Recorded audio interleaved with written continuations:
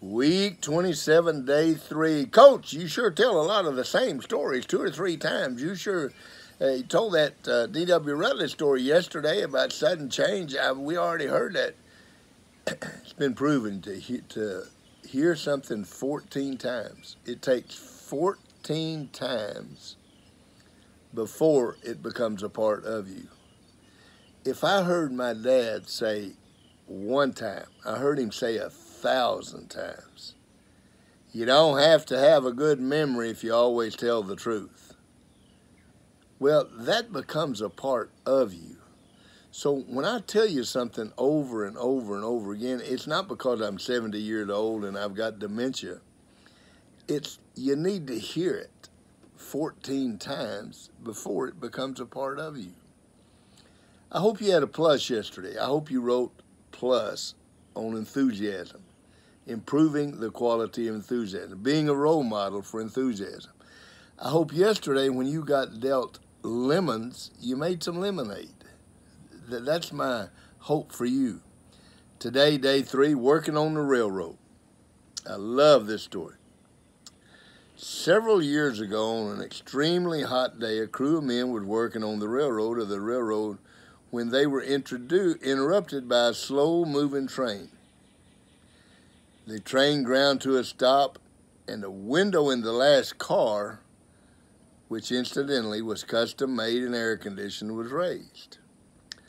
A booming, friendly voice called out, "Dave, is that you?" Dave Anderson, the crew chief, called back, "Sure is, Jim, and it's really good to see you." With that pleasant exchange, Dave Anderson was invited to join Jim Murphy, the president of the railroad, for a visit. For over an hour, the men exchanged pleasantries and then shook hands warmly as the train pulled out. Dave Anderson's crew immediately surrounded him, and everyone expressed astonishment that he knew Jim Murphy, president of the railroad, as a personal friend. Dave then explained that over 20 years earlier, he and Jim Murphy had started to work for the railroad on the same day. One of the men, half jokingly and half seriously, asked Dave, why was he still working out in the hot sun and Jim Murphy had gotten to be president? Rather wistfully, Dave explained, 23 years ago, I went to work for an hourly wage, and Jim Murphy went to work for the railroad. You see, Jim Murphy had an enthusiasm for the railroad, an enthusiasm for the railroad. Dave Anderson put in his time for the hourly wage. When you go out to practice, if you're a student out there, and you go out to practice, are you going out there for the team? Are you going out there for yourself to put in the 2 hours or 3 hours that you work out and get it over with? Well, let me tell you something. If you're a Dave Anderson, you're going to end up always out in the hot sun working for an hourly wage. If you're a Jim Murphy and you go to work for the team, you're going to end up with greatness. It works that way with everyone. I had a coach, Ken Karcher, that was an assistant coach for me at the University of North Texas. And Charlie Weatherby, who was a friend of mine, got the head coaching job at Utah State. He had been the assistant coach at the University of Arkansas. And Charlie called me and he said, "Dennis, I just wanted to call and let you know I'm going to try to hire Ken Karcher." And I said, "Really? I didn't know you knew Karcher." "I don't." "Really? Why are you going to hire Ken Karcher?" Well, when we were on the recruiting trail, and both of us were assistants, Ken was at the University of North Texas with you, and I was at Arkansas. And we were on the recruiting trail, and we would stay at the same hotel. me and some of the other systems always invite Ken down to the lobby to sit around and drink coffee and visit and talk about recruits and just sit around and visit and network market. Karcher never had time.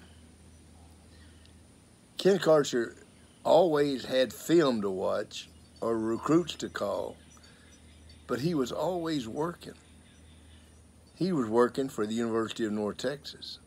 He wasn't working for Ken Karcher trying to improve himself in his job situation. And that's the kind of guy that I want here at Utah State. Isn't that funny? Ken Karcher wasn't trying to get a job, but he got a job. You know, and it's just like Zig used to say, the more when you do more than you're paid to do. Write this down. Now, this is one of those profound things that I try to tell you that you need to hear 14 times. When you do more than you're paid to do, you will eventually get paid more for what you do. Do you hear me? When you do more than you get paid to do, when you go out there and practice and you do more than you should, you're eventually going to get paid more for what you do.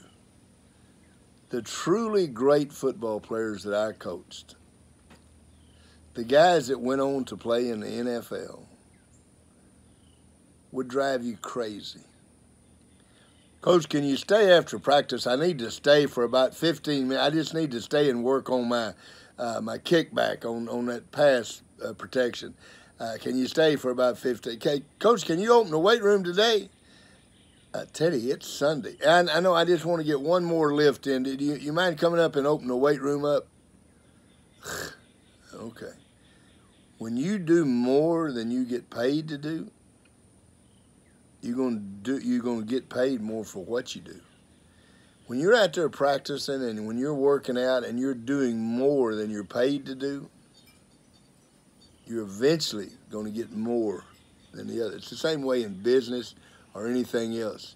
If you're on a job right now, if you're a Dave Anderson and you're only there for the $2.75 an hour, you're going to stay at $2.75 an hour the rest of your life. If you're there for the company and you're going to do something to make that company great, that company may not give you a raise, but somebody is. You're going to eventually get paid more for what you do. See you tomorrow.